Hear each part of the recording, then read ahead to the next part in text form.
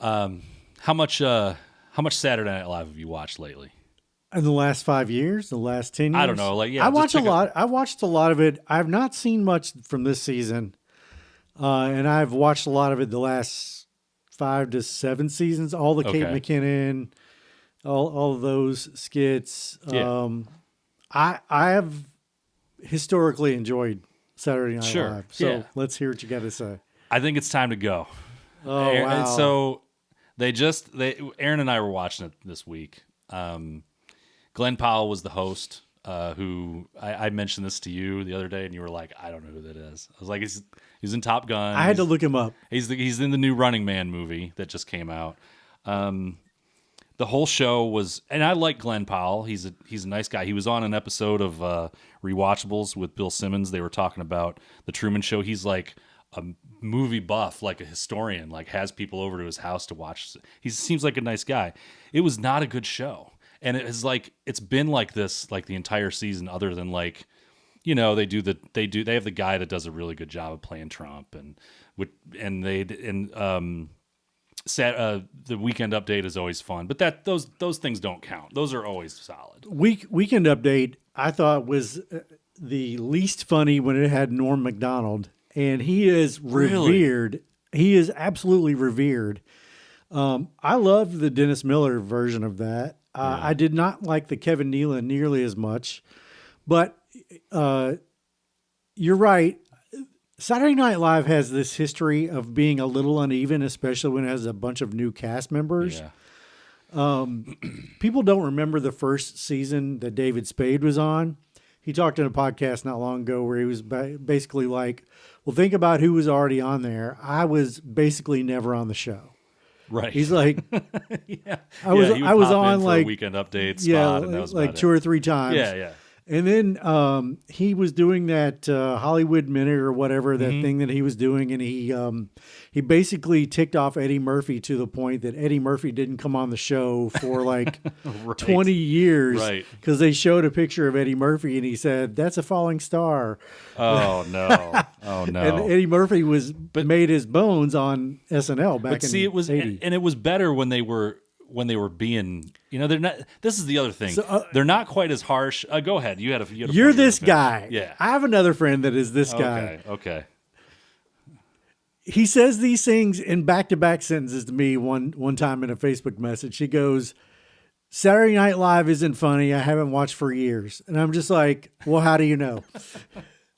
But see, I have watched Saturday Night Okay, Live. so you have watched. Aaron and I are pretty consistent watchers of Saturday Night So Live. you think this season sucks? I think this season stinks, and I thought last season kind of stunk too. And the other thing I've noticed is, like, first of all, they don't have any of the good recurring characters anymore. The last like good recurring character that they had was Stefan, who was Bill Hader. Bill Hader went to like SNL, like the SNL 40 reunion, or maybe didn't even go to the reunions because he was so traumatized by the experience of working on SNL. Yeah. Like John Mulaney and him were the ones that did Stefan, and Bill Hader's like, I have PTSD from that, and John Mulaney had a fucking drug problem. Yeah, John afterwards. Mulaney has had lots of issues. Yeah. He's been back to host a couple of different times. Yeah. But I think that show takes its toll. Yeah. Kenan Thompson being on that show for now, I think almost 20 years is just, it kind of blows my mind. I'm like, Keenan's back. I know. yeah. I'm like, I would love to know if that guy, like, is he actually in the writer's room every week, or is he just like, y'all, like, it's Saturday night, they do the after party, and it's like, I'll see y'all on Friday. I think that, yeah, I mean, I think he's just part of the furniture at this point. But yeah. okay, I'll grant you, maybe this season isn't as good as it has been. You said to me recently that you thought Lorne Michaels has lost his fastball. Yeah. Okay. Uh-oh. Are you gonna steel man Lorne Michaels? No, here? I'm gonna acquiesce a little bit Okay. and say it's possible. Yeah. The man is like, I think he's 80. He's up there, man. Yeah. I mean, they were doing SNL 40, and a lot of people were like, this is like Lorne's big, like, this is his curtain call. And then they came right back and did 50, and everybody was kind of looking at each other like, wow, we're still doing this. I'll just never forget after 9/11, Lorne does this completely cornball line where he says, "Can we be funny?"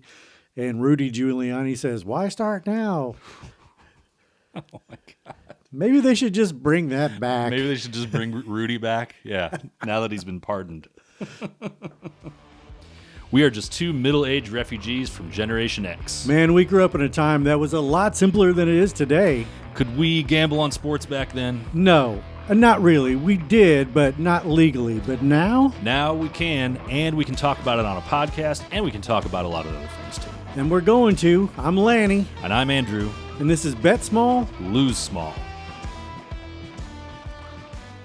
We're watching the Dallas game on Sunday. No, it was Monday night or Sunday night? It was Monday night. Monday night. Yeah.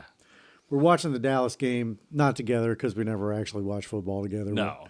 There's no point in that. We both got nice living rooms and big TVs. So we're watching the Dallas game, and I'm downstairs putting the dogs out, and you say, I think that safety just fucked us. Yep.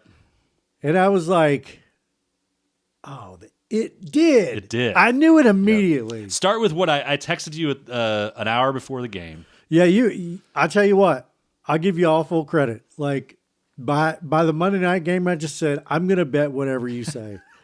Because it wasn't just that your bets were good. They were good. I mean, some of them didn't hit, but our analysis this past week was really good. Like, really good. Now, it doesn't always translate to winning wagers.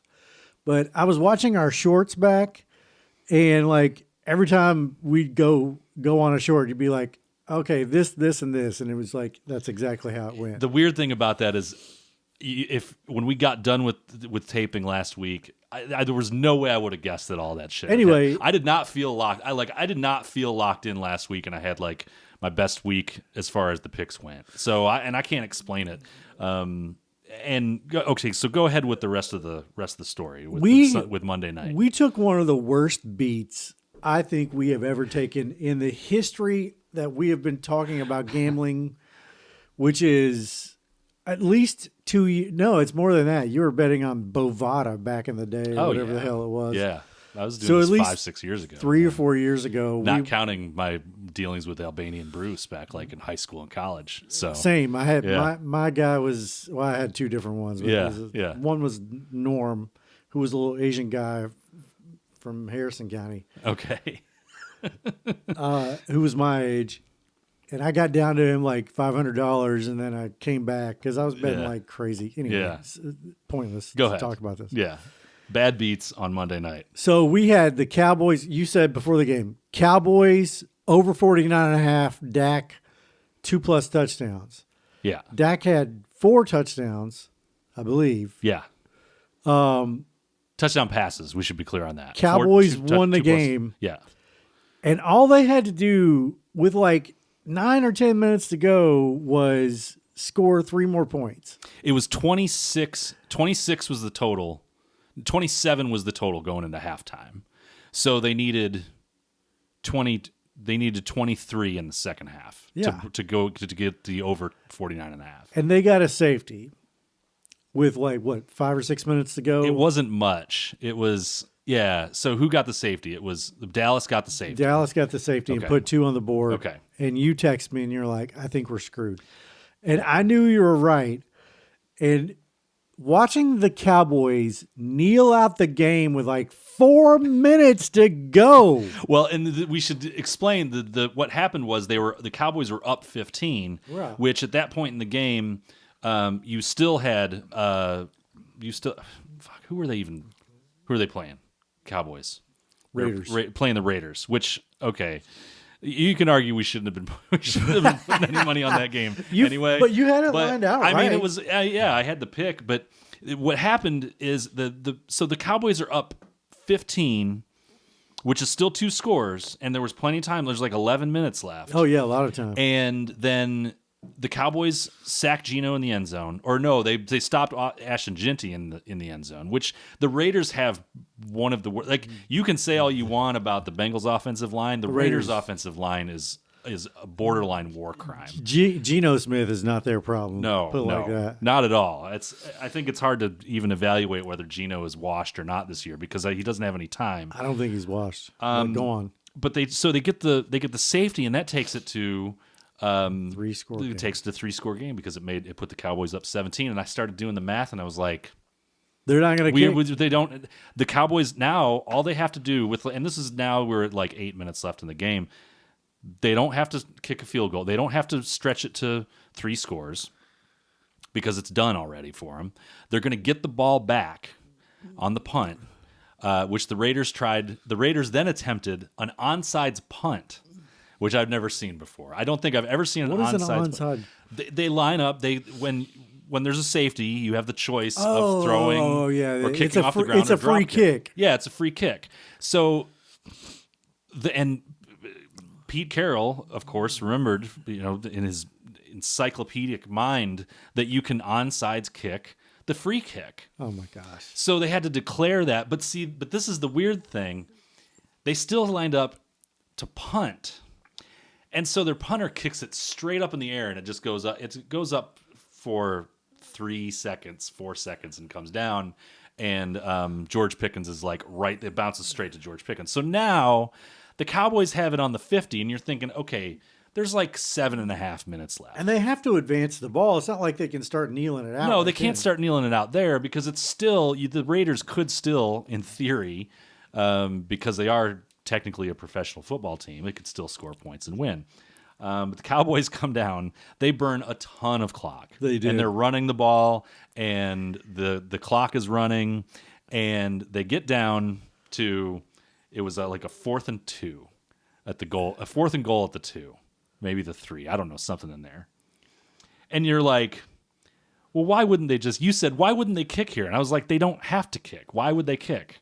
There's no point. They can either. You even they said, just run is the it ball. disrespectful for them to not try to score? Yeah, is it disrespectful? Not. It was. It felt disrespectful to me. Right. So it was just disrespectful for anybody that had the over because they had a wide open receiver at the 1 yard line, and Dak throws it just out off of his his hands, reach. and I've never jumped up and screamed so loudly for a dropped Cowboys touchdown pass in my whole life. And that was it. And then after that, the Raiders got the ball back, and I was like, oh, maybe they can get a safety. No, can't get a safety because they just threw a swing pass to Ginty and he got 5 yards. And then that was pretty much it. And then the Cowboys came down and supported my earlier argument when we were talking about the tush push that we should ban the kneel down because they kneeled out the last 2 minutes and 45 seconds. Yeah, it was a long time. It was ridiculous.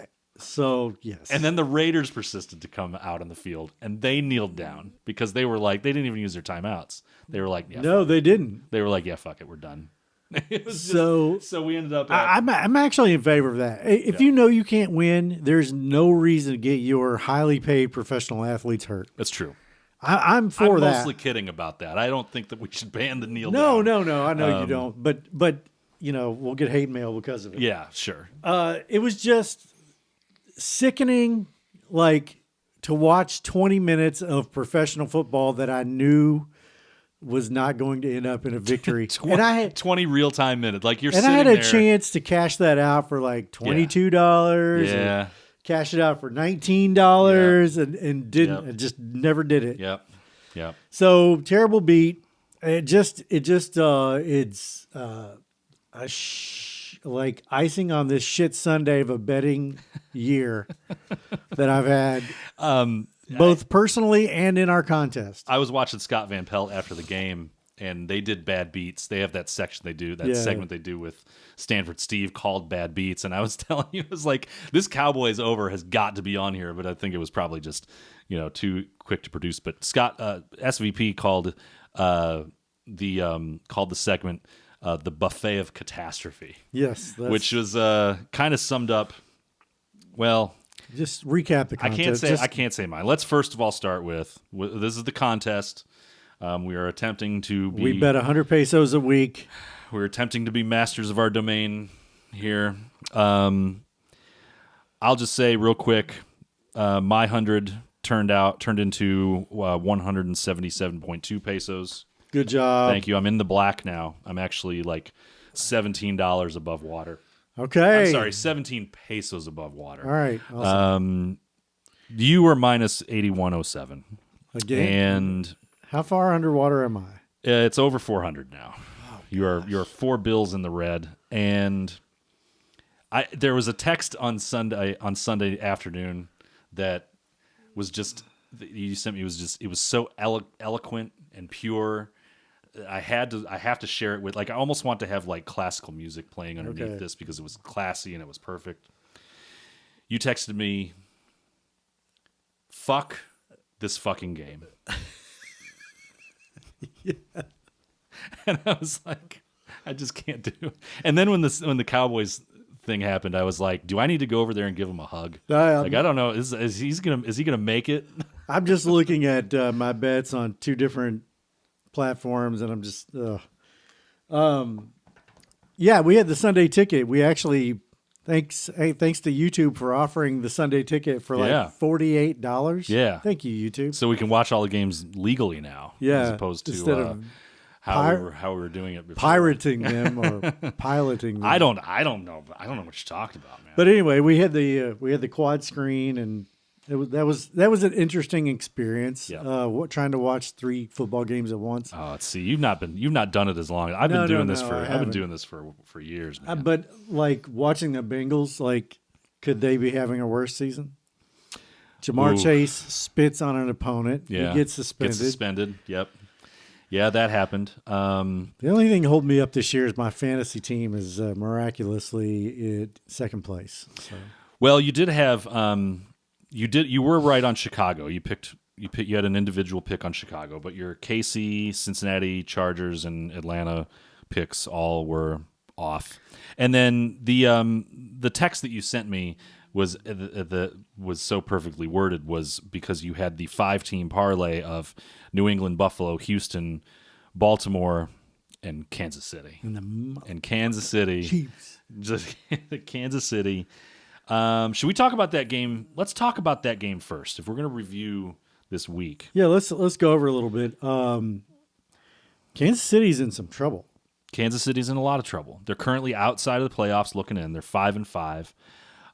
They are way back of the division. Like at this point, it would take a Broncos catastrophe for them to win the division. They are. Let's see they're this week. They have the Colts coming to town. Somehow the Chiefs are favored in that game. I don't understand how ridiculous. That's possible. I want to go into a deep dive on that in a few minutes, but I've got them in sort of this group. Kansas City, I've got in this group of like, what do we do with these teams? That includes teams like Tampa Bay, Chicago, Detroit is kind of in a tough spot now. Detroit's one of those that, like, I don't think they still have not beaten anybody. They got pretty firmly stomped this past weekend. I just and got stomped in a way where Jared Goff looked really bad. Like his passes were so far off. Like I thought, is he hurt or something? I'll put the Steelers in that same category. Yeah. The Chargers, all of a sudden they go to play the Jags and get the shit kicked out of them 35-6. I don't know what you do with the Chargers. The Buccaneers are a good bad team. Yeah. Just to go over the games real quick. Patriots beat the Jets. The Patriots still have not beaten a good team. No, I agree with that. But I've got them sort of in the category of, do they have a claim to be the best team in the league? This is who I've got in that category. Oh, I don't know that. Well, this is who I've got in this category. Rams, Denver, possibly, Philadelphia, Indianapolis, New England.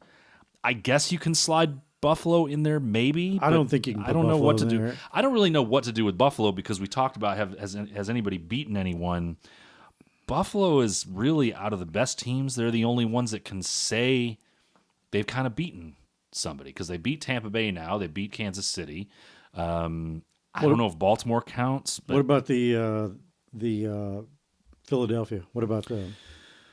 Well, Philly is just so boring to watch that it kind of skews your view. You know, like they should have been dominating that game against Detroit, and they won by 6. What was the final 16-9. 16-9. I mean, for a team that looked so much better than the other, you would think they'd have more than 16 points, but they didn't. I'm going to look at their schedule real quick. In the regular season, they beat the Cowboys 24-20. They beat the Chiefs on the road.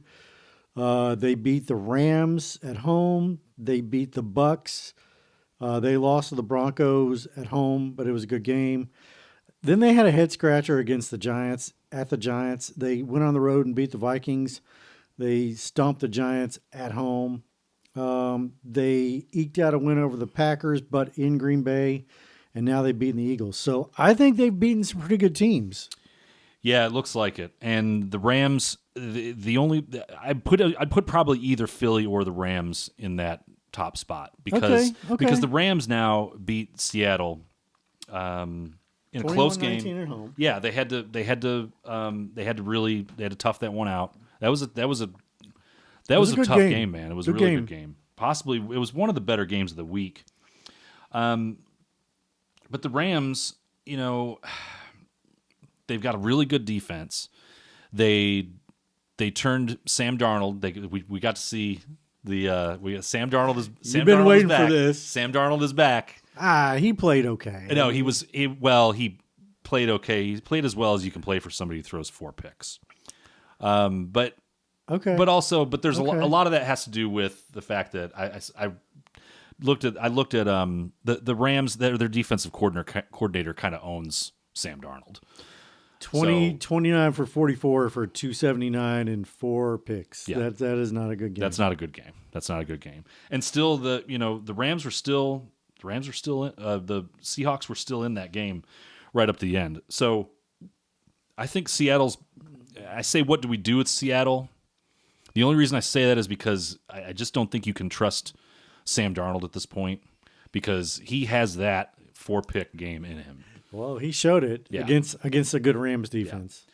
So I don't know. I think it's worth paying attention to. But I think Rams or Philly, have a pretty solid claim to the number 1 spot. We didn't really see New England. Well, we saw New England on Thursday night. Just kind of do what they had to do against the Jets. Drake May looked really good. Drake May still takes a lot of hits. Drake May looks really good though. Yeah. Like I was a little hesitant to kind of buy into him, but you kind of have to at this point. The only thing I worry about with him is that he's taken too many hits. But he's young, They used to say that about Josh Allen too, and Josh Allen's been just fine. I've never seen a guy put a team on his back that if the Bills are not going to win the Super Bowl this year. I hate to break this to you as you wear your Bills hat. No, I agree. The Bills are not going to win the Super Bowl this year, and they probably are not going to make the conference championship. But Josh Allen could be the MVP just based off like 4 games this year. The game he had the other day was just outrageous. 6 touchdowns, 3 passing, 3 rushing. There was one of the worst interceptions in the history of the sport. You got the full Josh Allen on Sunday. Anybody who turned that game on and watched Josh, that's everything. That's everything that Josh Allen is capable of. He's like watching a bigger, better looking, faster Brett Favre. It's remarkable. 3 touchdowns running and passing. I think there was like one other quarterback to do that in the Super Bowl era, and he's done it twice in 2 years. Anyway, the Bills beat the Bucks 44-32. The Bucks have some serious serious deficiencies, and the Bills have some serious deficiencies. I think they won because they were at home. Yeah. Just to go over a couple of other games, the Bengals did not even show up to play the Steelers, 34-12. Jags all over the Chargers, 35-6. That was a complete head scratcher. Chargers were favored slightly on the road, and they never got off the bus. The Bears keep winning. They beat the Vikings. The Vikings are done. Put them on your scratch off list. 19-17 on the road. Texans still hanging on. They're not going to win the AFC South, but I think they're okay. So are they a playoff team? Do you think Houston's a play? Pick your 7 teams. Let's look at the standings right now, the playoff standings for the AFC. Denver technically has the number 1 seed right They now. are 9-2. The Patriots are 9-2. Colts are 8-2. Bills are 7-3. Pittsburgh is technically the 4 seed because they are 6-4 and they're leading the NFC North. However, AFC now they don't. What did I say? AFC. It's AFC, okay. whatever. AFC North. Pittsburgh now doesn't have Aaron Rodgers. Might not have Aaron Rodgers. They're not really sure yet. If Rodgers isn't playing, what does that mean for that division? Is like it's a mess. I can't believe that we're still sitting here talking about Baltimore at 5-5, but they're a game back of Pittsburgh now. It's the worst division in football right now, and that's saying a lot when the NFC South exists. It's true. The NFC South is like, we'd like to see you in our office, please. The Bengals are 3-7. The Browns are 2-8. Yeah. So yeah. So 7 teams make the playoffs. All right. Yes. Right now, those 4 division leaders, Buffalo would be the first wild card, Chargers would be the second wild card, and Jacksonville at 6-4 is the third wild card. I just can't buy into Jacksonville making the playoffs. See, that's what I think too. I think Houston eventually gets there because they're starting. They have a better defense. They have a more consistent. Well, I shouldn't say more consistent offense, but with C.J. Stroud back, I still think it's going to be the Chiefs. In the AFC West, in the 7 slot. In the 7 slot, you think the Chiefs will get there? Yeah. Okay. Their schedule's pretty tough though. It is. Well, let's look at Kansas City's schedule because they've still got. Because there's a bet out there to bet against them making the playoffs. Yes, that's true. Let's see. The Chiefs have this is their next 4 are home for Indy. That's going to be a huge game, and let me tell you right now. I think the Chiefs are going to lose this game. Then they're at Dallas. They're home for Houston. Home for Chargers. At Tennessee, home for Denver, and at Vegas. There's really only 2 games on that schedule that you can say are gimmies, and that's at Tennessee and at Las Vegas. Other than that, I mean, at Dallas is not going to be easy because it's hard to go into Dallas and win. Dallas can put up a ton of points. Houston has an excellent defense. The Chargers have an excellent defense. The Chargers already beat them once. Denver just beat the Chiefs. I mean, we could be looking at a Chiefs team that's 7-10 this year, or 8-9, which leaves them out of the playoffs. Yeah, either way, either one. I mean, they've got to get. What do you figure? Probably we got to get to 10 wins to make the playoffs in the AFC. I think 10-7 pretty much guarantees you're in. Okay, maybe a 9-8 team can make it. Maybe. That might be a division winner, though. That might be an AFC North division winner. That's true. Taking out the division winners, I'm saying the. I think for the wild card, you're going to have to be 10-7. Okay. Yeah, I agree with that because it's all bunched up right in there. It's Jacksonville, Houston, Kansas City, and Baltimore. I guess we have to kind of pull the plug on the Bengals at this point. Yeah, Bengals are done. Okay. I don't know what to do with the Ravens. I can't tell you if they're good or not. They struggled with the Browns. They really did struggle with the Browns. It surprised me, and that's what makes me think. I had a question. I had a note here. I said, "Is Baltimore still fake?" I don't know that they were ever real. They started 2-5. Okay. I mean, they were a loser. They were 3 under 500 for a reason. Yeah, I agree with that. Well, and they're 5-5 now. And they finally had Henry. Henry finally showed up. Derrick Henry finally showed up in this game. Rough season.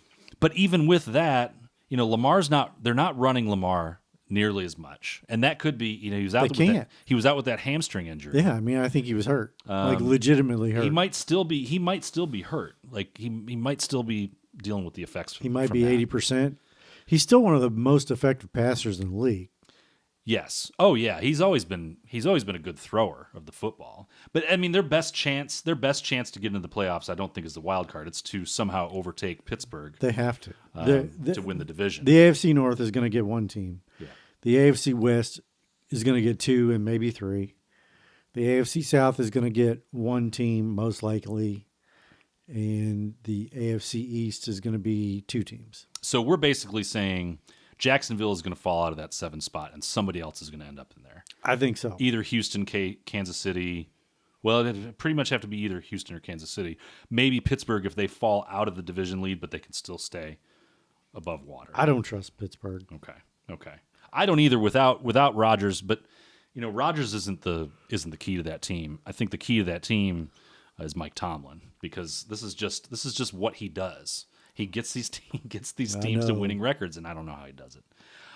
Do we need to do you want to switch over to the NFC real quick, because that one's a little more muddy, I would say. I think the top 2 are pretty easy. I think Philly and LA Rams are the 2 best teams in the conference. Yeah. Chicago is leading the NFC North right now. Chicago is leading at 7-3, but they do it kind of like Chiefs did last year. You're not sure how they keep winning. They just do. 49ers are like that for me as well. They're 7-4. Green Bay is I don't trust them. Seattle, I think, is the good bad team. So you're dropping Seattle down to the good bad category now. They're 7-3, and they have Sam Darnold as their quarterback. I'm with you. Okay, they're 4-1 though on the road. I agree. I just you've been kind of countering my Sam Darnold argument all year, because you're like, well, he just threw 4 picks. Yeah. What do you want? I mean, you cannot do that and have me say, yes, I'm on the Sam Darnold train. As off of Sam Darnold as I am, and as much as I distrust him, I don't think that Rams, going back and looking at the history of him versus the Rams defensive coordinator, which his name is escaping me now, that game was not enough for me to say that the old Sam Darnold is back. Not yet. I got to see it happen against just like a regular old team. The Packers are really hard to call for me. I don't trust the 49ers. The Bucks have major systemic issues, and the Lions, I don't get the Lions. I don't. No, I don't either. I think they're just not as talented as last year. I think that the changing coordinator has been massive. That's been a big part of it. But I think they're just not quite as talented. Goff is not having quite as good of a year. So he looked bad. Man, he looked bad in that game. So I'll take this back to when we're talking about the Raiders. Is Geno Smith better or worse than he was 2 seasons ago with Seattle? I would say he's the same player. He did not get drastically better or drastically worse. What happened to him was he got a much worse offensive line. Yes. He is literally running for his life the moment the ball is snapped. He doesn't have time. That was the thing I noticed in the Monday night game. He doesn't have time to throw. He doesn't have time to set up.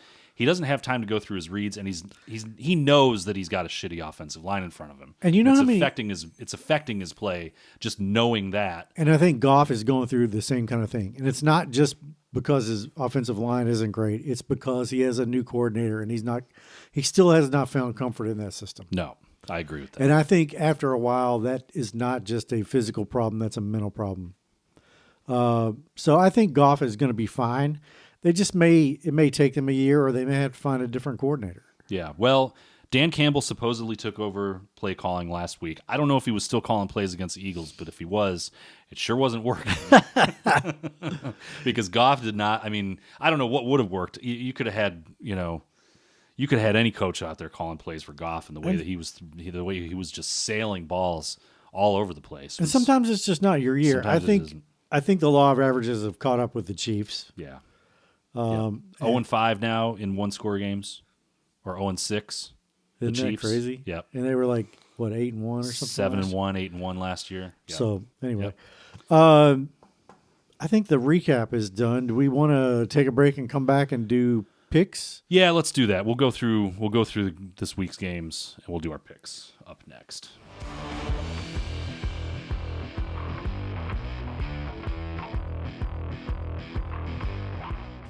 Week 12.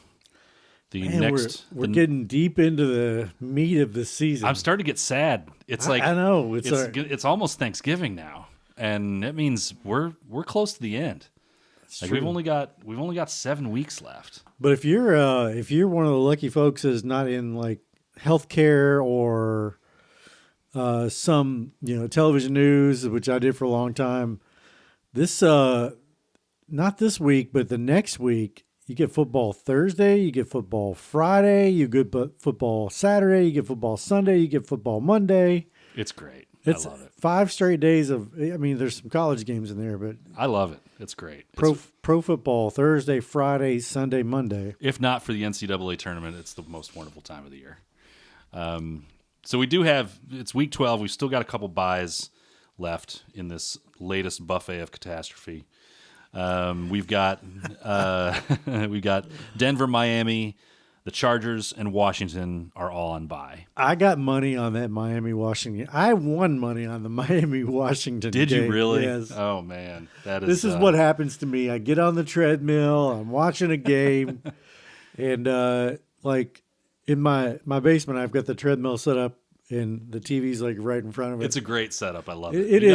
Got a little like it's almost a den down there It's with the TV and everything. pretty nice as Yeah. far as like being able to like walk on the treadmill and watch football. All you need is an iPad in front of you with FanDuel pulled up, so you can just boot. I have my phone right there in front of me, but It's great. so I got money down on Miami, and that was like a roller coaster of emotions Ooh, because it was like that game went to overtime, didn't it? I think so. It was a kind of a tough watch, to be honest with It you. was. It was two It bad wasn't a teams. good It wasn't a game. good game. It was entertaining, but it wasn't good football being played by any means. So this Thursday, your Buffalo Bills, as we're recording on Wednesday, tomorrow, your Buffalo Bills, or tonight when this is published, are at the Houston Texans after Josh Allen put the entire team on his broad shoulders and carried them to a win with 6 touchdowns. What do you think? I think 5.5 is way too many. The Bills are laying 5.5. They are minus 290 favorites.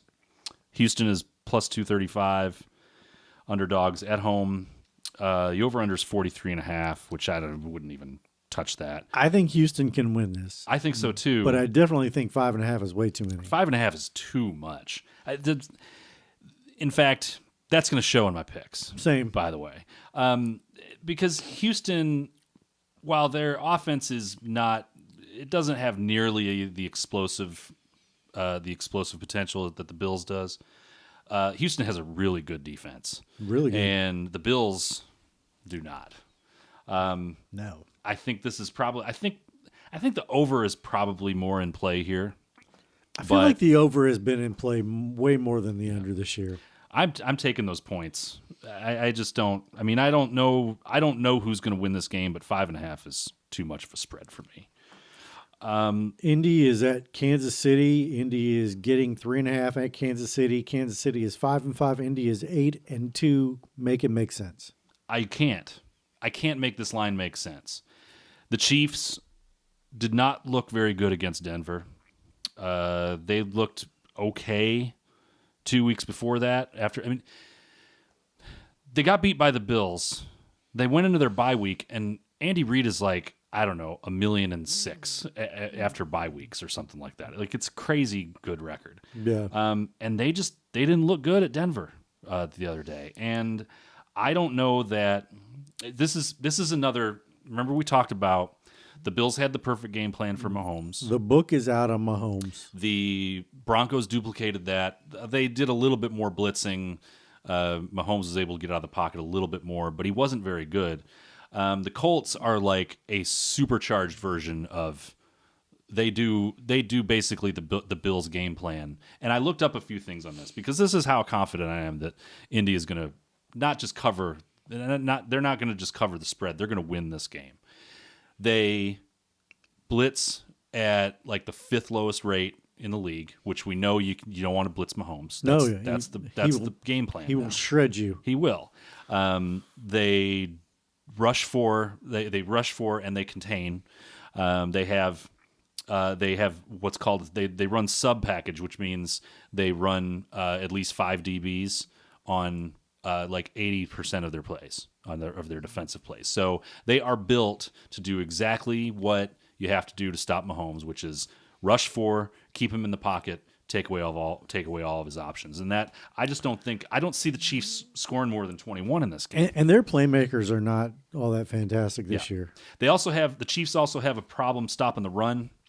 They are not very good against the run, and the Bills kind of tore them up on the ground with James Cook. Who's that dude for the Colts? What's his name again? What is his name? And he's got some MVP buzz. The he? best running back in the league. Yeah, Jonathan Taylor. He is. I just see him stomping all over the Chiefs in this game. Like 200 yards rushing is in play. Is this a loser leaves town for the Chiefs? Ooh, see, that's the other thing. They Chiefs would be 5-6 with 6 games to go. Yeah, that's another problem. That's the only thing that kind of throws a wrench in my thinking is that like the Chiefs have got to win this game to stay within pissing distance of the AFC West. They have to win this game because after this, their schedule, they're going to be home for the Colts, but then they're at Dallas. They're home for Houston. That's another defense that does exactly the same kind of thing that you have to do. Then they're home for the Chargers. The Chargers have already beaten them once. Then they're at Tennessee. They're home for Denver, and then they're at Vegas. So if they lose this game, they're going to be at 5-6. They're going to have to win 5 of those next 6 games to get to 10 wins. You're going to find me 5 wins out of at Dallas, home Houston, home Chargers, Tennessee and Vegas. You can say, yeah, okay. I think Tennessee and Vegas are the gimmies, but none of the rest of them are. I don't think Dallas 3 out of 4. I don't think Dallas is very good, but they're certainly capable at home. They're capable. Dallas is capable of putting up points. Yeah. And Dallas's defense, look, they talked a lot about it in the Monday night game. Dallas's defense got some pieces back. They finally got the guy that they traded for from. They got Quinnen Williams, that defensive tackle. He had a huge game. They had a couple guys come back from injury. They had the linebacker from the Bengals played that they traded for. He had a good game. They just looked good. And, the Raiders' offense can make a lot of defenses look good. But, yeah, Dallas is not going to be an easy out in that. So the Chiefs are in a tough spot. They've got to win this game. But I don't know, man. I don't think they can. And I think this is another team that's going to have the right game plan against Patrick Mahomes. And this would be a signature win for the Colts. It would be. This is the win that the Colts kind of need to say, no, we're for real. We're real. 9-2. All right, the Patriots are giving 7 at Cincinnati. Breaking news. Joe Burrow was a full participant at practice on Wednesday. Your thoughts, Lanny, as a Bengals fan. Let me just hear them. Couple of months after he went out with the toe injury. My thoughts are this.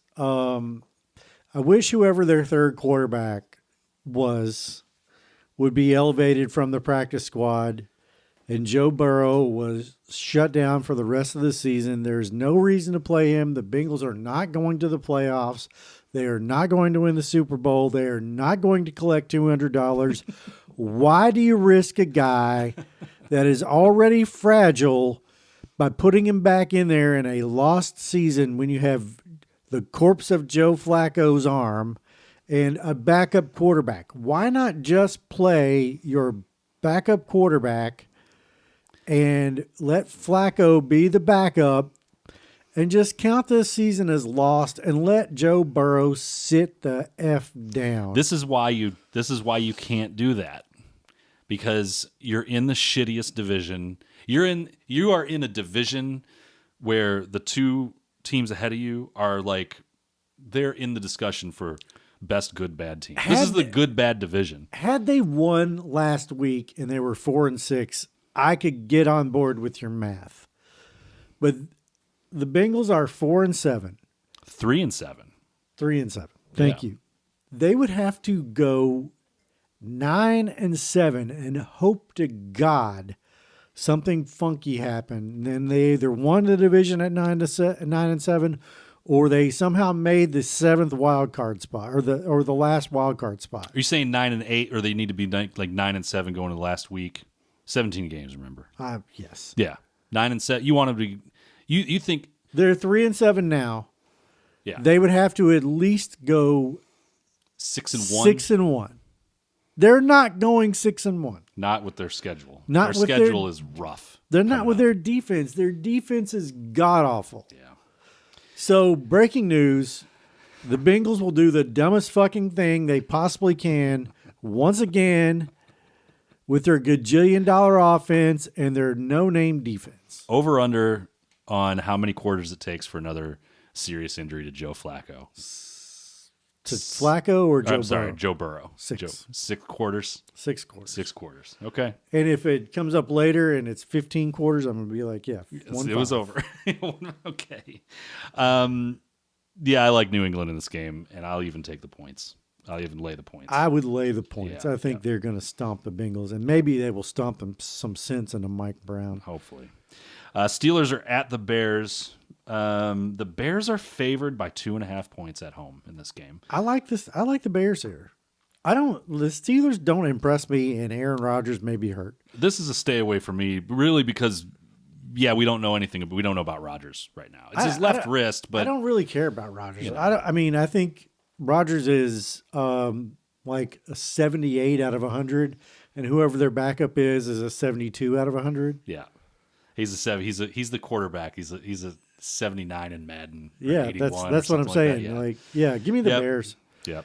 Give me the Bears money line, but Oh, see, I think this feels like a stay away to me. I'm not confident enough in the Bears to back it. them. It has almost nothing to do with the Bears. It has to do with I just don't trust the Steelers. Okay, fair enough. Jets are at Baltimore. They are laying 13.5. Baltimore's laying 13.5. They're getting 13.5. Baltimore is basically 11-1 favorites in this game. They're minus 1150. That is too many points. It is too many points, but the Jets, I think, are in give-up mode. Well, and Baltimore has everything to play for. I don't know, man. The Jets looked, I'm not going to say good, but they didn't look to me like a team that's in give-up mode. Their defense, at least. Like they traded away Sauce Gardner. They traded away Quinnen Williams. Arguably, their two best defensive players. Maybe their two best players on the team. Probably their best players. Probably the best Sauce players. Gardner is one of the best players in the league. I mean, I don't know if Gardner. I don't know if Garrett Wilson counts as one of the best players. This is the other thing. We keep hearing how talented this Jets roster is. They just don't have a quarter. I'm like, I don't agree with that anymore. Yeah, I don't either. Not anymore. After they've traded a couple of their real studs. This is too many points. This is a stay away for me. Like I don't want to lay 13. I don't want to lay 13.5 with any team against any other team. That's it feels like a Big Ten versus SEC kind of thing on Tuesday night in college basketball. I might be taking the points in this game. I'm just going to warn you. Yeah. Only because of the value I got when I mixed it with a couple other games. But fair enough. We can move on. Seattle. 13.5 at the Titans. A road 13.5 point favorite is ridiculous. It is. We've seen what happens to the big favorites like this throughout the season. The Bills blew one to Carolina. Yeah, Seattle's played well, and they played well on the road, but they're 4-1 on the road. But that's a stay away. Yeah, there's no good reason to bet it because you have to lay those points if you're taking Seattle. You can't take a money line; they're minus 1100. The only thing you could possibly look at there is the over 40.5. I mean, Seattle could put up 35 on their own. I've got Seattle in a parlay this week, but only because I just wanted to add in one more team. Yeah. Giants at Lions. Giants are getting 10.5 points. Lions are minus 560 favorites. Why does it feel like the Giants are kind of playing everybody tough and they just don't win? Because they do. That's what happens with the Giants. They've got a pretty good defense. They were in the game last week. Yeah. Yep. They're in every game.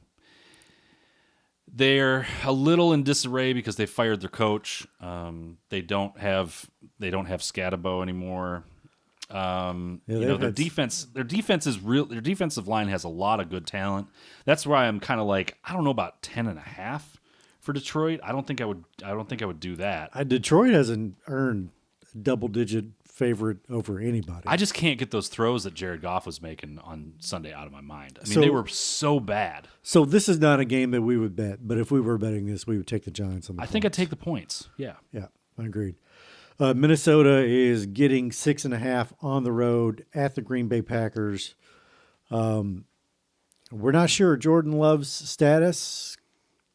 Are we? No, I don't. I haven't. I looked for it today, and I haven't seen anything so far. Minnesota is. I really want to like what they have going on, but they just are not winning. 6.5 feels like a lot, but I'm willing to lay the 6.5. Why is it taking so long for J.J. McCarthy to show us anything? I don't know. We're into year 2 now. I know he sat all last year, but man, we gotta see something out of that guy. This is soon. in Green Bay, so it's already, as you said, late November. The weather's going to be gross. Yep. So over 41.5, that's 21-20 or 24-17. Yep. It feels like that kind of game, so you might consider the under there. Especially if Malik Willis ends up starting for Green Bay. If Malik Willis ends up starting for Green Bay, crush the over while it's 41.5, because that's going to drop almost immediately once this game starts. And Malik Willis is mailing footballs 3.5 yards over people's heads. Do you mean crush the under, or is that what? I meant crush the under. Crush the under. Crush the under while it's 41.5 before it drops to like 35. 26. Yeah. Right. All right. In the 1-800-GAMBLER Game of the Week, unanimous consent on this, or unanimous. Yeah. We have come to this conclusion easily. It's the Toilet Bowl Browns getting 3.5 at the Las Vegas Raiders. The only thing that is good about this game is the blimp shots from Las Vegas are kind of cool. Yeah, man, how excited was Joe Buck to be in Vegas on Monday night? Oh my gosh. He was like telegraphing. Buck was so excited to be in Vegas, and Troy Aikman was like, "Calm down, Joe. You don't have to tell him The long, what we did." long, uncomfortable silences when Joe Buck is basically saying, "Dude, I am still drunk from being at the blackjack table from 9 o'clock last night until 11:30 in the morning today." It was wild. It was crazy. He was like, Joe was like talking about, we still got another night left here after this. I'm like, dude, Joe's out there like, man, I'm getting me a hooker and a blackjack table. That's hyperbole, Joe. We don't actually mean that you did we that. don't mean that you did that. But man, you were excited. You were excited. He was excited, and Troy was like, "Have you never been on the road, sir?" That's what I felt like Troy was. Troy, who, by the way, 1990s Cowboys. That's all I'm going to say about that. Can you imagine if the 90s Cowboys had a Las Vegas Raiders team in the NFL? Michael Irvin would be dead. My goodness. He would not have lived. Let's get back to this game, because here's the one thing I can't really figure out. Now, Shadur Sanders is going to start this game. That came out today. Dylan Gabriel is hurt, which is probably a relief to Dylan Gabriel.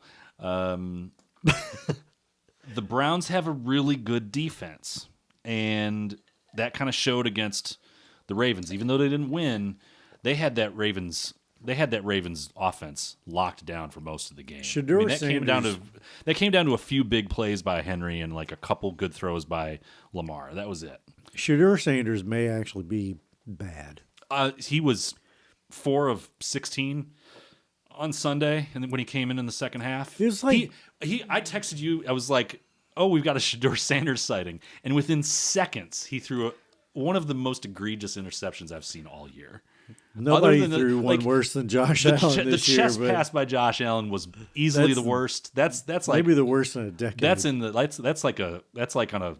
going to be a sports. He should get a plaque for that. I mean, that was crazy. But this pick that Shadur threw was miserable.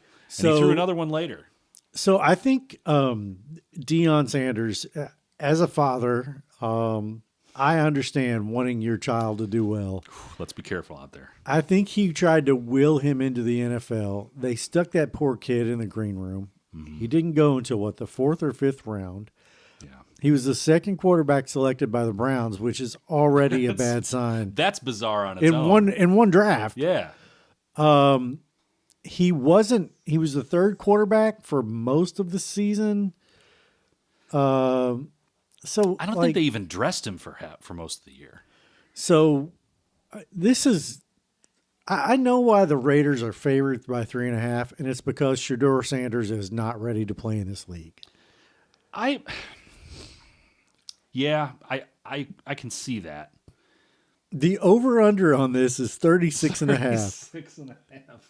My goodness. 26-10, 23-13, 20-17. Do you have any interest in even watching this game? Absolutely not. Is it going to be like this is one of the 4 o'clock games. By the way, the 4 o'clock games they're basically begging you to watch the Cowboys at 4 o'clock this Sunday. It's going to be on the screen. It's going to be in the 4 box. I don't have any interest in talking about this game anymore. Okay, these teams are terrible. They're terrible. They're going nowhere. The only intrigue in this is how bad will Sanders be. If he's as bad as he was last week, his NFL career may be shorter than I'm trying to think if somebody had a short career. Tim Tebow. And maybe Tebow hung around for a while. 46% career passer. Don't start. Yeah. Don't start, Tebow fans. No, don't start. He sucked. Yeah, he was terrible. I don't really want to watch. I'll tell you what, Shedeur did have a pretty bad week because he not only was 4 of 16 with 2 picks, he also had $200,000 worth of shit stolen from his house while he was at the game. That is a bad Sunday. I feel bad for him. He looked like he was going to cry on the sidelines at the end of that game. It was bizarre. All right. Stay away from that. 1-800 Gambler Game of the Week. Right Jacksonville is in Arizona, and they are favored by 2.5. This could actually be a pretty interesting game. When Arizona is playing well, they're kind of a tough out. Arizona is 3-7. Yep. Jacksonville by some miracle is 6-4, aren't they? 6-4. Yeah. I think that's right. Currently clinging to the 7th and final playoff spot. You know who? We haven't really talked about their quarterback much this year. Trevor, Yes. My goodness, this is thrilling. Trevor, radio, no, right? Trevor Lawrence. Yeah. I mean, we talked about him for a couple of weeks, and we were just like, but I think he's been okay. I think he's been okay. He is going to. He's in the hall of okay. He's ultimately going to be considered a disappointment just because of the hype that was around him, starting with when he won a national championship as a sophomore. Like, it's just he's never going to live up to it. He's one of those guys that, like, you look up in season 7, and he's either going to be one of two things.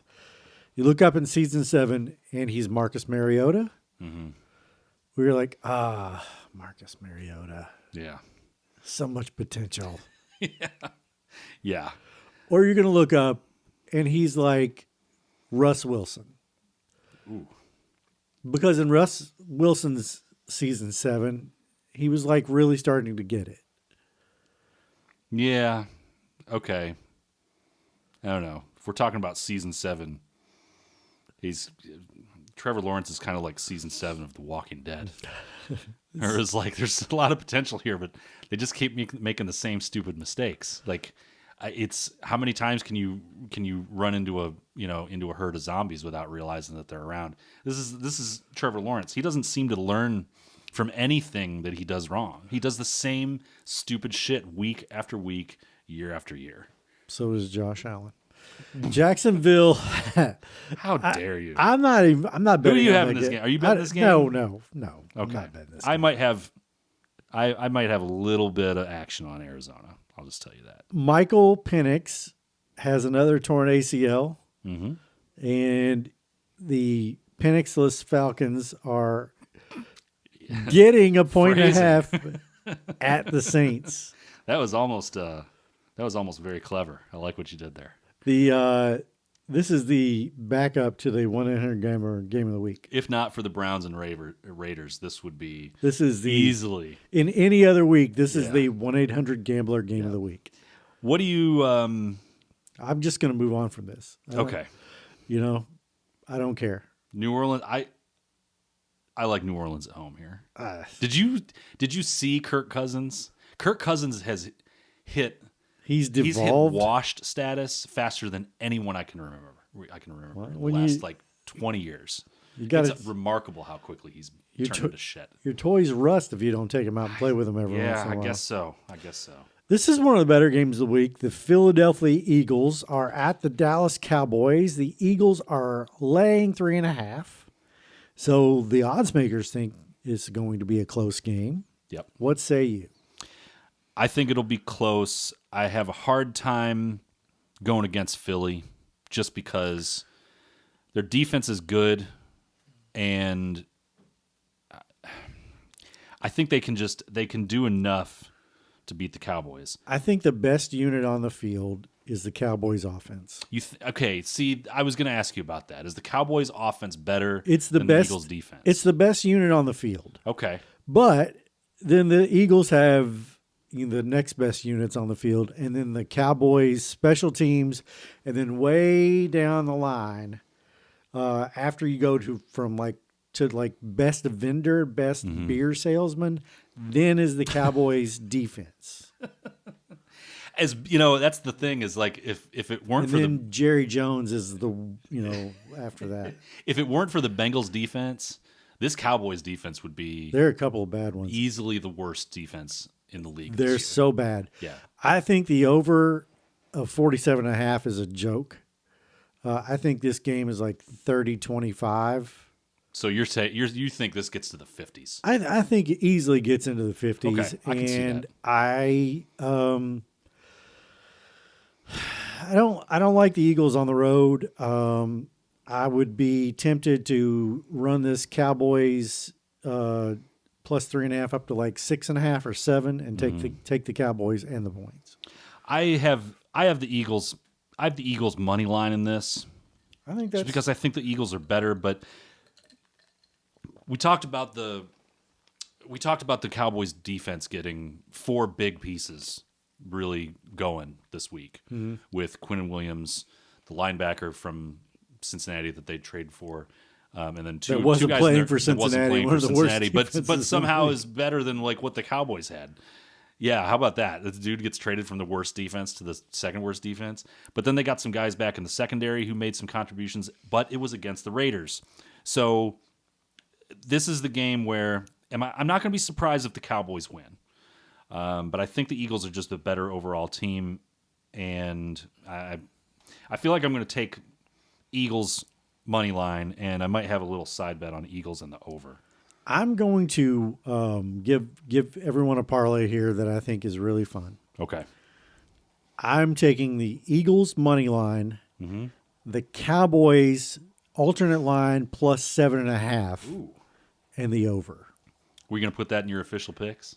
I might just add it right Okay. now. Okay. All right. I think You do that. I'll move on to the Sunday night game. By the way, these are the four Sunday afternoon games. We actually have 4 4:00 games this time.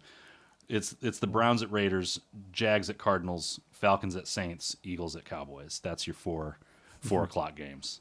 2 of them that are just stink out loud. One that's kind of interesting, and then the Eagles Cowboys, which they're basically forcing everybody to watch. Buccaneers are at the Rams Sunday night. The Rams are favored by 6.5 points. They are minus 330. Over under is 49.5, which I kind of like the over on that. I like the Rams in this. I even like them to lay the points.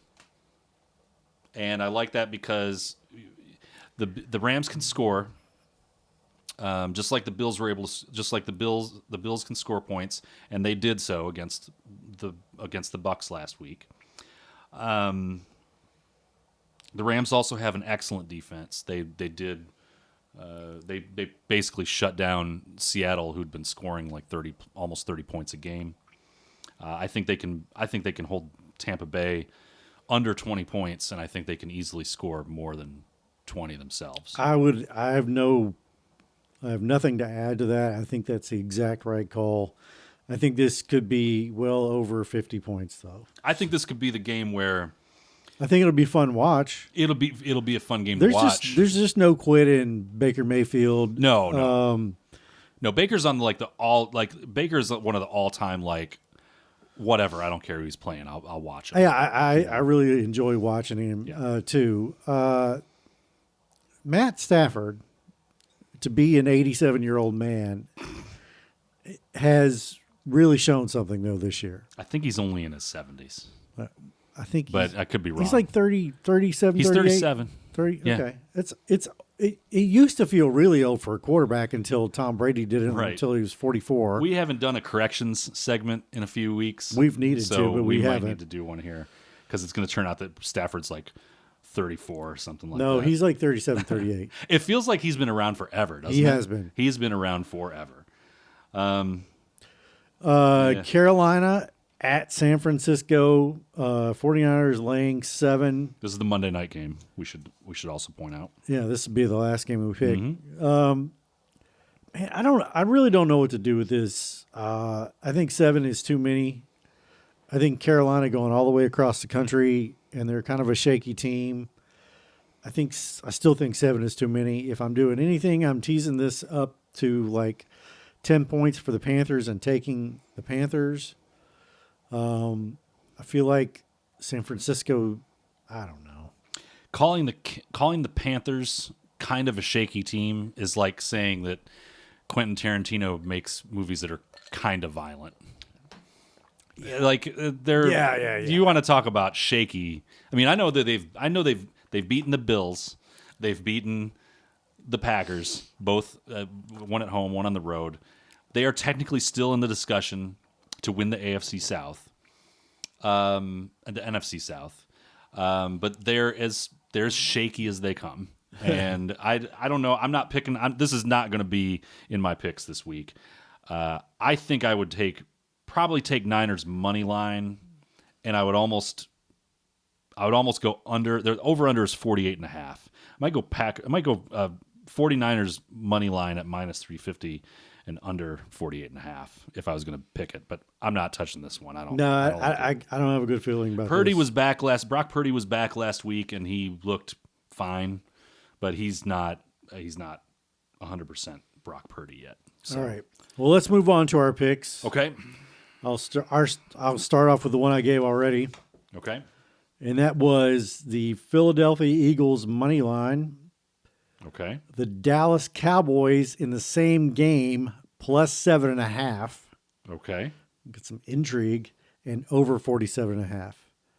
And that is 20 pesos. Okay. That gets me to plus 401. Plus 401. Okay. Interesting. You're putting 20 on that? Yep. Okay. This is what we call the middle. That is, you are middling that as hard as you possibly can. Yes. All right. I told you I was pretty high on the Colts this week, which I am. And I'm going to back that up with my picks. I'm taking Indy money line. They're plus 156. And I'm taking New England minus 330 over the Bengals. That gets me to plus 233. And I'm putting 30 pesos on that one. Oh, wow. Okay. Yeah. Well, I lied. I said I wasn't going to take the 49ers. Oh, no. No, I took them money line. Minus 350. Okay. For 10 pesos. Just going straight money line. Then. Just straight money line, 10 pesos. Okay. Do you have any other individual ones you want to Yeah, the Rams minus 330 for 10 pesos. Okay. You're going to make almost 12 pesos off of that. That's right. I need some momentum. Got to get some momentum. Well, that's the thing. This is where the contest. I thought about this the other day when we're doing these contest picks. It starts to get weird because these contest picks are not necessarily what we would normally bet on during the week. Like if we're doing like we did last year, Sunday morning, we're texting when we just say, "Give me some winners," and we didn't have a podcast where we had to actually talk about this shit. There's no way you're just going and putting 10 pesos on San Francisco. No, it's not a bet. It doesn't make any sense. It's so not a bet. The contest kind of skews the way that you're betting because you're doing it to get back in the game rather than what you would normally pick. But I get it. That's why we go through all the games.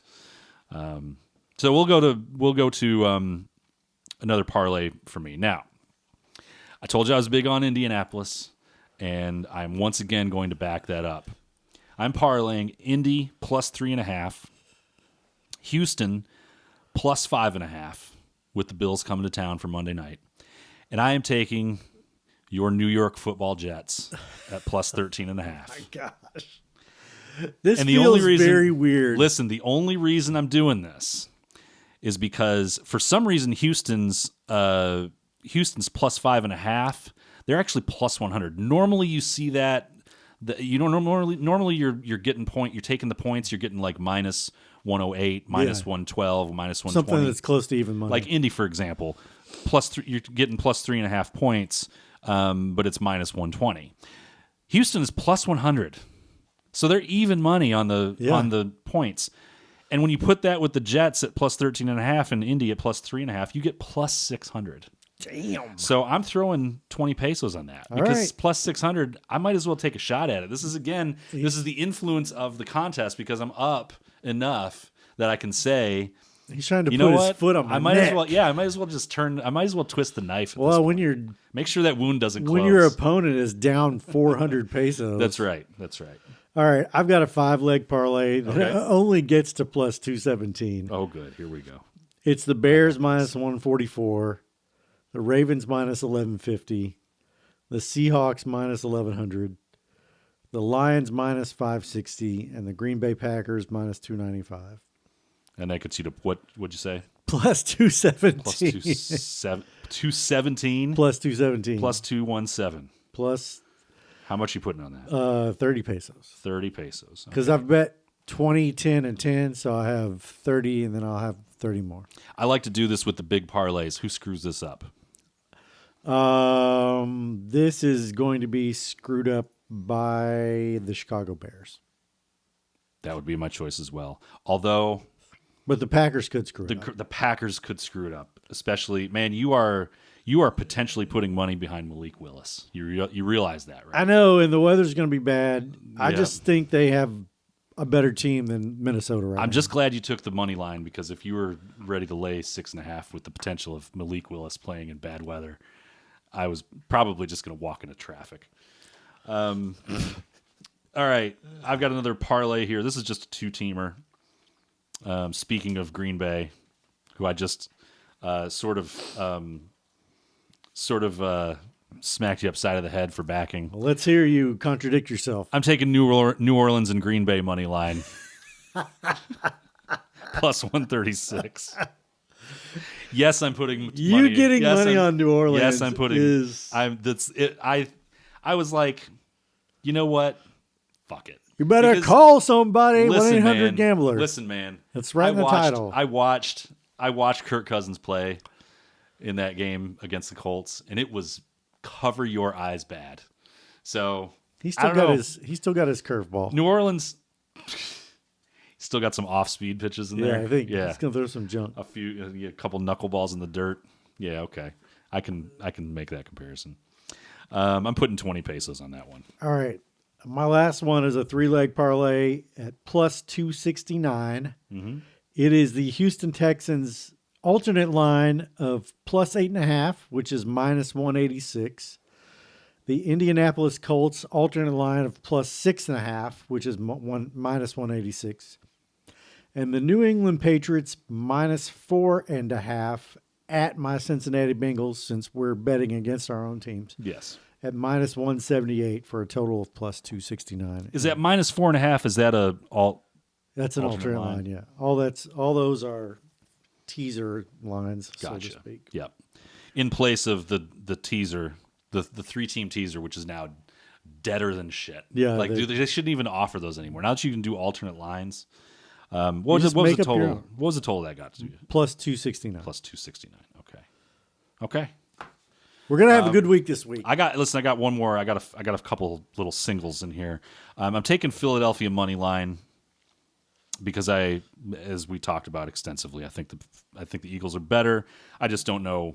I have no idea where the score is going to fall there. I'm taking the Rams minus 6.5. I'm putting 10 pesos on each of those, and I'm bumping the Arizona Cardinals up to plus 3.5 from plus 2.5. That gets me minus 146. I'm putting 10 on that. I think that's going to be a close game. That Jaguars Cardinals. I don't like those. I don't like 2.5. 2.5 does nothing for me. Like it's got to be a May as 1 well point do the game. money line. Yeah, you might as well do the money line at that point, or bump it up a little bit to 3.5. It could be a field goal game.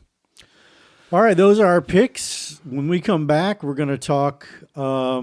We're going to talk about an article in the New York Times this past week about films that are bombing, but they may be great works of art. They may be really good films. They may have big stars, but for whatever reason, they're not making money. Coming up next.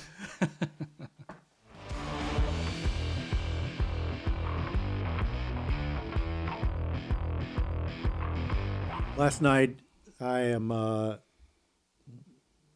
football. No football's on, so I'm laying in bed. And the wife is lightly snoring, and I'm flipping around. And 48 Hours is on. The Nick Nolte, Eddie Murphy. This is the movie that launched Eddie Murphy into the stratosphere. He'd been on SNL. Eddie Murphy's like 22 years old. Yeah. And I'm watching this, and this was a mega hit in the early 80s. And two things struck me, and I didn't even know if I heard it right. I actually had to look it up. Nick Nolte uses the N-word in this movie on multiple occasions. Okay. Straight up calls Eddie Murphy the N-word. And this is before it was kosher, I guess, for even black actors to call each other that in film. That wasn't a thing back in the early 80s. They slipped one in there. I remember they slipped one in there in The Sting in early on, but it was like in the context of like 1930s lingo. But watching a white man call a black man who was roughly half his age the N-word in early 80s cinema in a movie that was hugely popular was it was such a slap in the face of what a different era that was. Yeah, it's funny you mentioned Nick Nolte. Nick Nolte just feels like a guy that would maybe slip an N-bomb. It doesn't say. Yeah, I'm not basing that on any sort of knowledge. No, I mean, just feels like Nick Nolte might be throwing an N-word just at lunch on a Thursday. He doesn't do interviews much. I mean, You haven't heard anything from Nick Nolte, but he's actually in a film currently. Is he really? Okay. Yeah. Okay. And Sissy Spacek is in a film currently. There's an article in the New York Times that's talking about what's going on in the world of film. I have a friend that lives in L.A. whose husband is a cinematographer. And she's like, I don't know if you know this, but like nobody's making movies right now. And one of the reasons why is there have been 25 dramas and comedies that came out in 2025. Okay. That should have been known films. Okay. 0. Not one of them has become popular.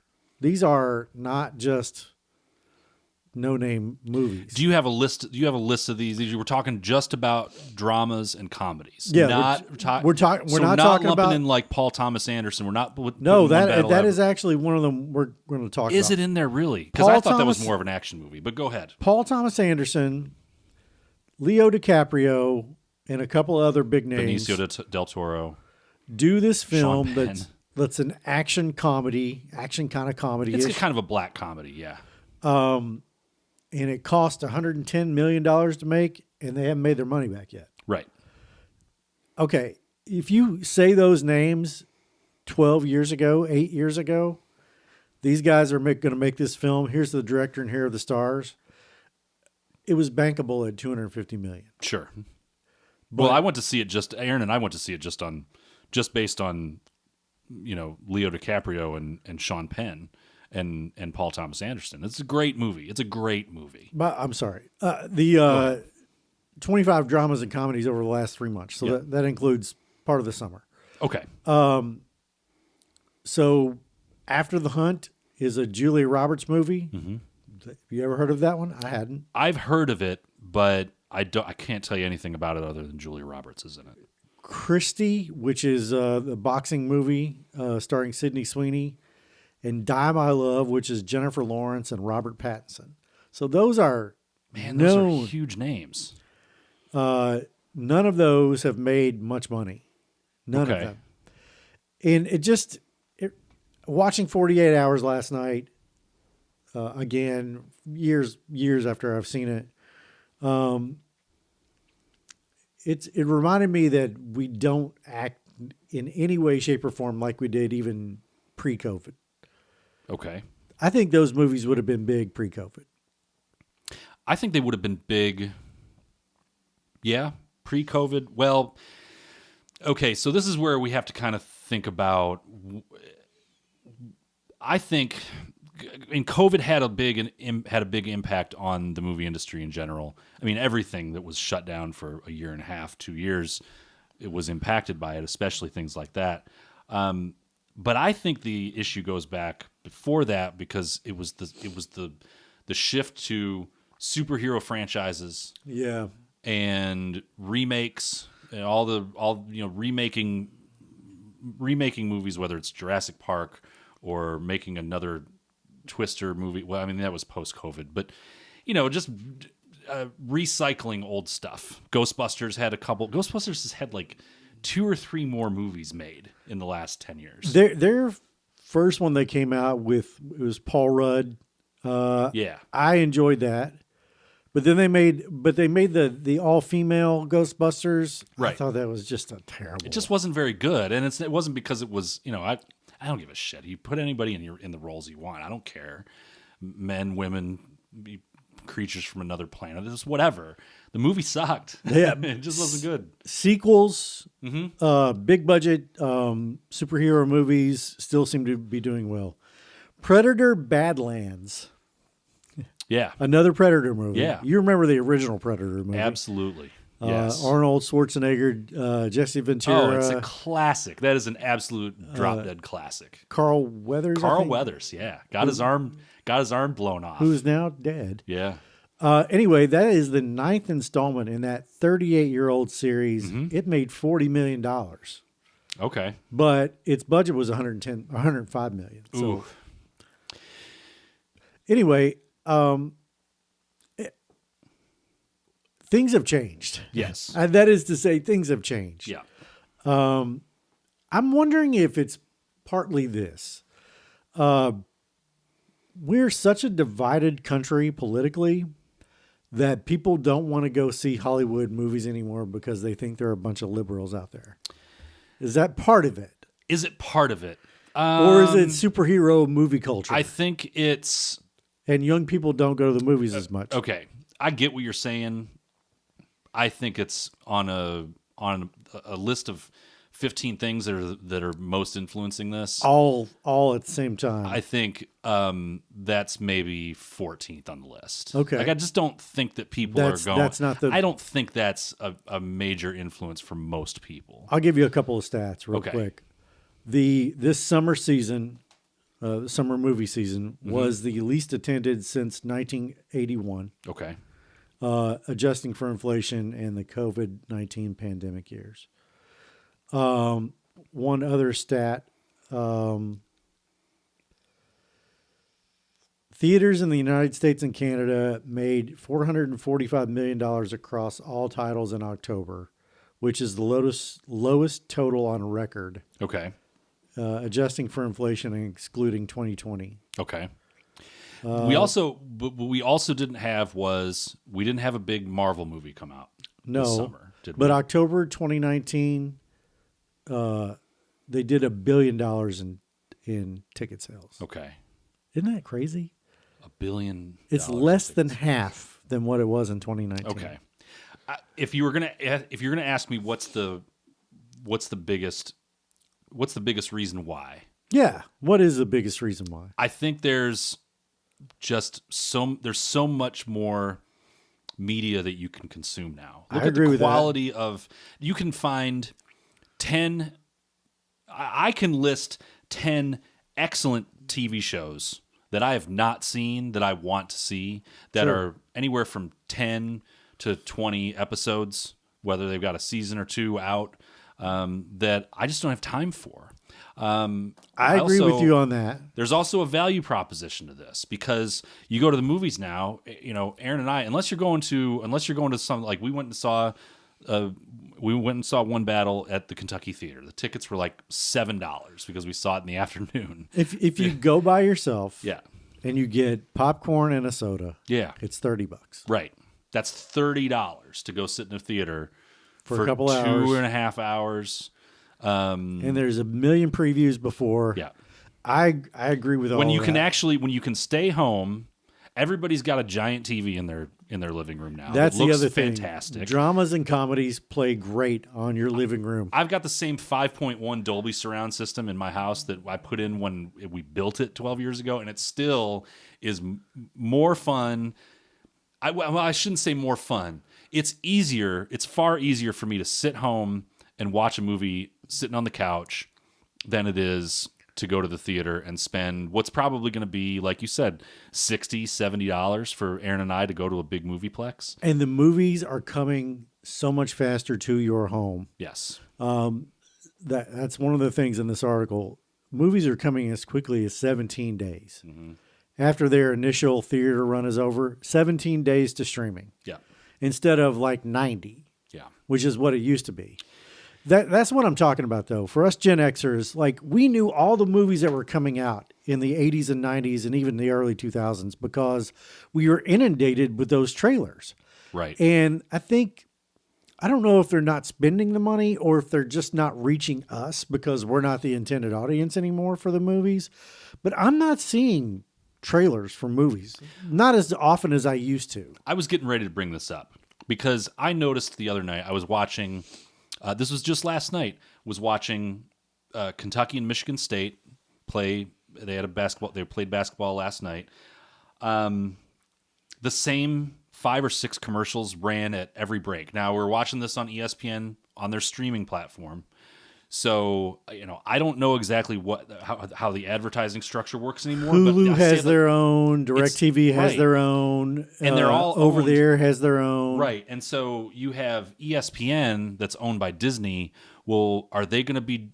They're not going to be bending over backwards to put a trailer for a Warner Brothers movie on their service. So all these, it might have a lot to do. It might have more than we realize to do with the fragmented media platforms that we have. That's really smart. Nothing is within. You're not selling a DirecTV when that was a thing. Let me back this up. When you're selling ad time, are you gonna sell ad time on your streaming platform to a competitor? You probably not. Probably not. Netflix. I don't have the commercial version of the version of Netflix that has commercials. But if I was Netflix, I'm not going to run trailers for a Marvel movie if it's not going to benefit me. No. So getting the word out, I mean, you kind of have to hope that something hits YouTube Shorts, that somebody's watching videos. They're going to have trailers in them. Algorithms. Yeah. I mean, maybe we say maybe that's an answer to a lot of this is algorithms, and Right. I'm not just talking like 1 or 2 algorithms. We're talking about, you and I have. If we were to go and pick up each other's phones and look at it, we would have a completely different experience. Even you and I, who like a lot of the same things. Yeah. When we go to look at YouTube Shorts, for instance, my YouTube Shorts are filled with filmmaking and camera gear and all those kinds of stuff, and yours may be filled with Animal husbandry. I should also mention before I know what you're looking at. Stop man. me dead in my tracks. I'll say another thing. I heard a great discussion about this same kind of topic that they had on Bill Simmons' podcast the other day. It was him and Van Lathan and the editor in chief of The Ringer, and they were talking about this. Why what's the reason why these movies aren't getting made in the first place? Now.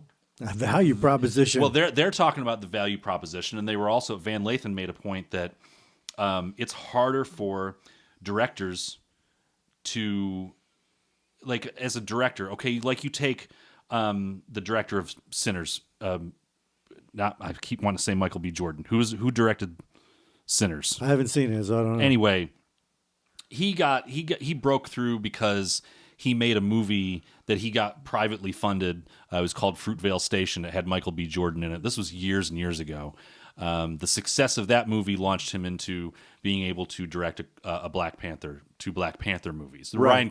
Ryan Coogler is the director. Huge. From there, you can do anything that you want. Right. From there, they'll throw you money as a director. But to get to that point is scary and takes somebody investing in you and developing you as a talent, giving you the money for you to develop your talent. You know, you don't have a Quentin Tarantino anymore that spends, that works in a video store for, his, No, there his is no 20s video store. and then develops a love for movies and ends up making independent movies, basically, right? So that's part of it too. But I think there's more to this idea that we're just not hearing about the movies. The Julia Roberts movie, I could not tell you the first thing about that movie. I don't have any idea what that's about. I know that Julia Roberts is in it, and the other thing that I know is that it didn't make a lot of money. Those are the only 2 things I've heard about. She's a professor that is dealing with cancel culture, is what I read, but I didn't know that movie was coming out. Yeah. And I love Julia Roberts. Like, Julia Same. Roberts is on the list of, if she's in it, I'll see it, And there are a number of people like that. And I'll say, just for my own self, I don't go to as many movies because I'm watching, like you, I'm enjoying episodic television that's done the right way. Mayor of Easttown, Yep. Task, Homeland, all of those kinds of shows. I'm taking those in, and I'm enjoying the heck out of those because I can watch those with my wife, and we can go for weeks at a time with not having to worry about finding something to watch. Yeah. So that's part of it. And if we take our family of 5 out to, and I'm just talking about the people that live under my roof, if we take a family of 5 to go see a movie, none of us are going to agree on what we want to see. I have a 17-year-old boy, a 15-year-old girl, and a 13-year-old girl, and the 2 girls have vastly different tastes. And then me and my wife have vastly different tastes than my son, who wants to see Five Nights at Freddy's, and I couldn't give 2 shits about. Or he wants to go see the Minecraft movie, right? Right. I mean, Yeah. exactly. And he's into the superhero movies. So, but even if we did, and let's just say the tickets are $12 a piece, we're $60. We're going to dinner before or after. That's another $125. And then we're getting snacks at the theater. That's another $50. We're talking about almost $300 to go see a movie and go to dinner. Yeah. I know that, and that's your value proposition right there. You want to do that, or do you want to spend $40 on pizza and watch something on streaming? And you can be upstairs watching something with Christy, and the kids can be down here, and one of them can be in their bedroom, and they can all be watching whatever the fuck they want to. Yeah, and if we go to the movies, at least 2 of us are not going to give a shit about the movie. Right. The last time I think I went to the theater was to see the new the Beetlejuice sequel. Okay. And I think we all went to that, and we all were like, okay, it was okay. It's fine. Yeah. And it was fine. Mm-hmm. It was fine. If you'd waited a month, it would have been on HBO Max because that's what it was. And that would have probably been the better value. Mm-hmm. Yep. So I think a lot has changed. This is a long way to say a lot has changed, and movies may not be coming back in the way that we want them to. There's one other question I want to ask you about, because I see a lot of the talk around these movies, especially when you're talking about One Battle After Another, when you're talking about Sinners, which I think actually made some money. Mm-hmm. When you're talking about these big movies that actually are original movies, original screenplays, and they don't make money. I see a lot more talk nowadays about, well, this movie didn't do well, so that's a failure. It didn't make its money back, so that's a failure. I'm like, well, that's a terrible way to look at art, isn't it? Well, that's the thing. It's like, what other art form have we ever done that with? Has that ever been part of the disc? No, I don't think anybody was ever going, man, you see that new Van Gogh painting? But it's like, yeah, but did you see how much money he lost in Starry Night? Like, nobody's doing that. No, Art is no, good. no. Whether the movie is good or not has nothing to do with whether it made money. And I don't know what it costs to make an episodic television like where you're doing like 8 45-minute episodes. That's like 3 motion pictures, 3 full-length motion pictures, and they don't look drastically different than what a film does. No, the quality of TV production is on par or better than movies at this point. I just finished that The Lowdown with Ethan Hawke, and I just finished Task. And if you cut those series down to the best, say 2.5, 3 hours, you would have a really great motion picture, and you would never know that it wasn't a motion picture. It's still shot the same way. They're still they're shooting on location. They're still using the same production techniques. On the flip side of that, I could take a concept like One Battle After Another. I could stand to watch 9 episodes, 10 episodes. String it out. That's something like I actually kind of want to spend more time with some of those characters. I want to see more backstory on Sean Penn's crazy weirdo military guy, or like, what happens, why Leonardo's character just became an old stoner. Like I'd love more stuff like that. Here's what I miss though. If I were to walk up to my friends from childhood, I'm talking like guys I've known now for 45 years, one of them, and 30 some years, the other one, and you now for 20, 25 years, 25 years About at least. 25 years, yeah. If I were to say I'm your Huckleberry, you would know exactly what I meant. Yes. Yep. If I were to say to them, fuck this fucking game, they would know exactly what I meant and what movie it was from. And that is a Bull Durham quote. Yeah. And I'm your Huckleberry is a Tombstone quote. And we could talk in movie lines. I have a need for speed. Everybody knows that's our age, knows exactly what that means. Everybody knows that's Top Gun. Everybody knows. And you by inference, you would know exactly what we meant in the context of what we were saying. I can't give you an example, but if I said that, or I'm your Huckleberry or whatever, it would be a known movie line and everybody would know what I was talking about. And I couldn't tell you a good movie line from the last 10 years if you paid me. I was just sitting here trying to think of what's the movie quote of the last 10, 15, 20 years that you can remember. The only thing I can even come close to coming up with is Why So Serious? That's the only, like, that's as far as I can get with it, and that's from a superhero movie. I mean, that's from 20 years ago. Yeah. So, yeah, maybe that's Heath part Ledger, of it. right? Yeah, it's Heath Ledger from Dark Knight as the Joker. I can't think. Maybe that's another thing. Maybe the culture has changed to where movies are just by default not as central to pop culture as they used to be because we have so many other avenues. I mean, the quotes that people are going to remember from like our kids' generation and younger are like shit like 6'7" and Skibbity Toilet. I mean, that's that, but that's the truth, right? There's not anything that comes out of movies have. It's not that they've gotten worse, but they've ceded parts of pop culture to other avenues, to social media, to YouTube. There are directors out there who are making movies on YouTube. They're making movies that are broken up into shorts and actually appear like episodic stuff on Reels and TikTok. I think what you're trying to say is the film industry is walking around saying our pets' heads are falling off. Yeah, I think that's about it. And you know exactly what I mean by that. Yep. That's the scary part about it. The thing is, I don't think movies are going to die, and they're just going to have to evolve a little bit differently. And I can only say I hope they don't, because it's still one of the art forms that I enjoy the most. Yeah, I mean, maybe more big time directors end up doing episodic TV. Like, can you imagine a Paul Thomas Anderson or I want to see a Wes Anderson 8-episode arc of Fantastic Mr. Fox. Oh man, just like a whole backstory and a forward. It'd be great. That'd be great. I'm here for it. Yeah. All right. Well, I think we've done all the damage we can do. Got it. Yep.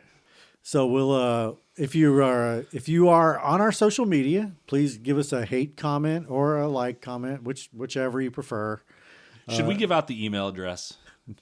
I don't even know what it is. It's betsmalllosesmall@gmail.com. Yeah, if you want to, we've probably just set ourselves up to be signed up for multiple OnlyFans accounts, but don't do.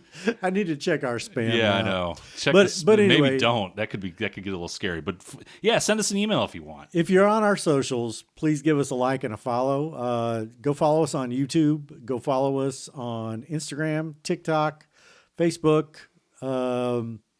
And we are on Spotify and Apple Podcasts. Check us out, folks. We will see you next week.